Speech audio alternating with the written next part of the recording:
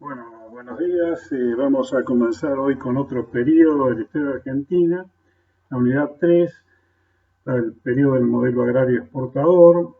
también llamado el periodo de los gobiernos conservadores o del roquismo, en tanto la figura de Julio Argentino Roca, un general de la Nación,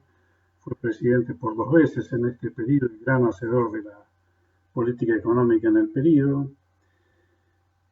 Periodo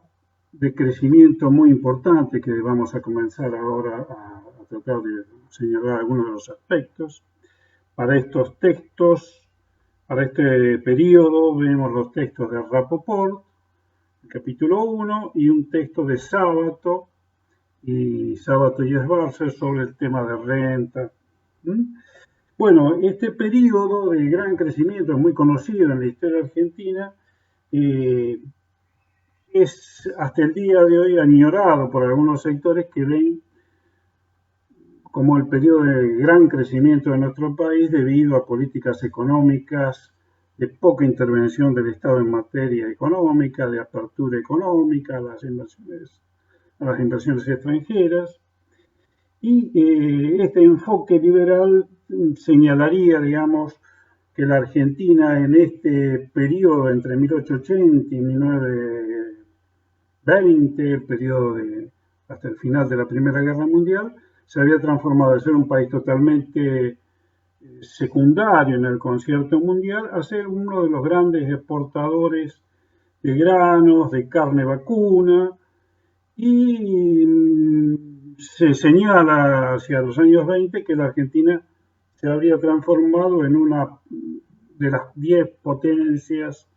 más importantes del mundo, cuestión que debemos discutir y que en realidad buena parte de los textos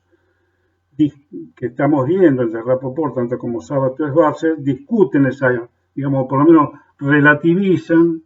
el crecimiento económico de este periodo. Crecimiento económico que los datos más importantes son el crecimiento de la población, de menos de 1.800.000 personas en el censo de 1869, a casi 8 millones en el censo de 1914, pasar de ser un importador neto de granos y harina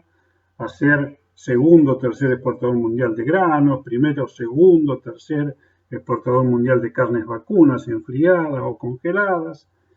Bueno, y donde hay una cantidad de indicadores que marcarían que sí que efectivamente en este periodo hubo un crecimiento importante, muy importante. Bueno,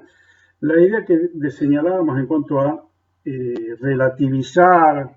o mostrar ciertas debilidades del modelo agrario exportador tan añorado por algunos sectores, parte de señalar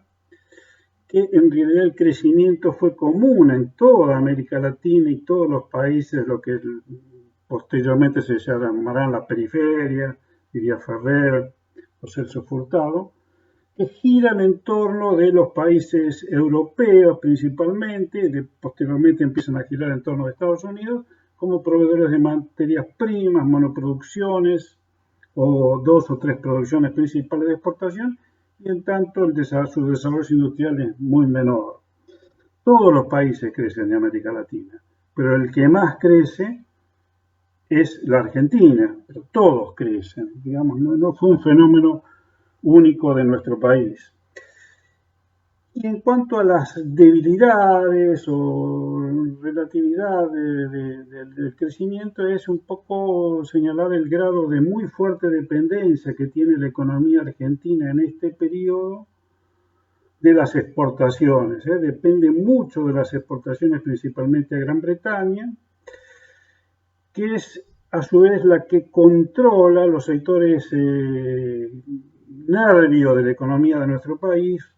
ferrocarriles,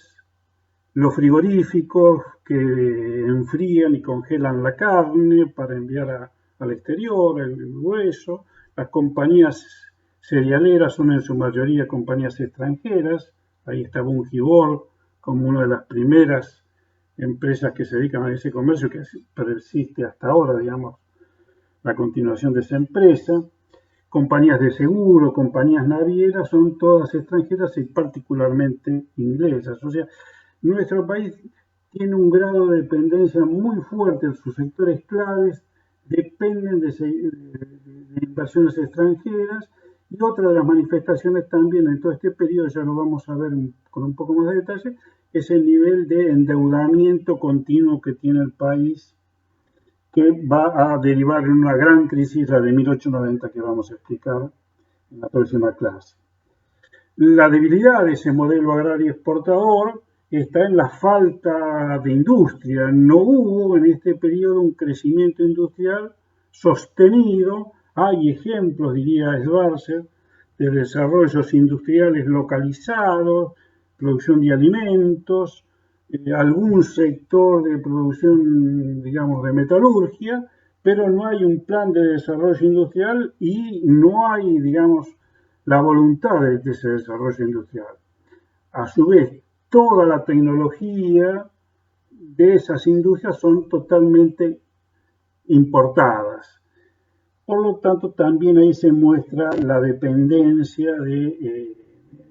ese crecimiento del MAE.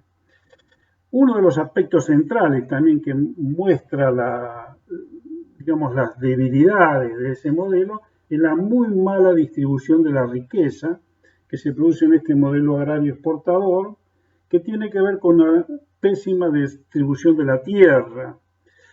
La tierra, como diría Jacinto Dones, citado en el texto de Rapoport, está concentrada en muy pocas manos y se persiste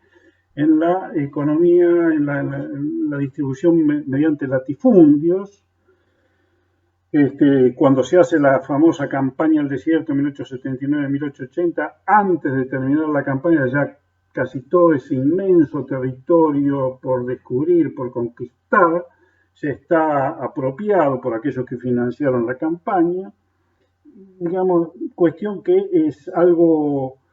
que impide el desarrollo, es un tema en discusión muy fuerte en la historia argentina durante mucho tiempo, que vamos a analizar un poco mejor en la clase siguiente, sobre todo siguiendo un poco el texto de Sábato. Bueno, desde el punto de vista político, el sistema político en este periodo tampoco no fue de orden. Lo común fueron revoluciones muy violentas, la revolución de 1880, la revolución de 1890, revoluciones radicales, principal partido de oposición a los conservadores, 1895, 1905, y infinidad de otros enfrentamientos a niveles de las provincias, contra esa idea de orden político. En realidad era mucho más desordenado que la actualidad, la política de ese periodo, mucho más violenta. Todo esto está muy bien explicado en el texto de Rapoport en cuanto a el orden político. Los sindicatos están manejados por los anarquistas, que plantean reivindicaciones mínimas. Las condiciones de vida de los trabajadores de la industria son pésimas, jornadas de 12, 14 horas, una vivienda muy, muy limitada, el famoso conventillo como característica. Señalábamos también como una debilidad a distintos autores el tema del crónico endeudamiento exterior. Así, el país va a tener nuevamente, como ya vimos en 1873, una crisis de endeudamiento fenomenal, la crisis de 1890, que significó la caída de un gobierno y un punto clave en la diferenciación entre el modelo agrario exportador hasta 1890 y de 1890 en adelante. Hasta 1890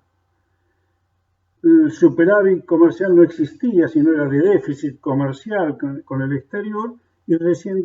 después de 1890 comienza a existir un periodo de superávit comercial que va a llegar hasta el periodo de la Primera Guerra Mundial y que va a ser un poco, sí, la base de ahí donde se afianza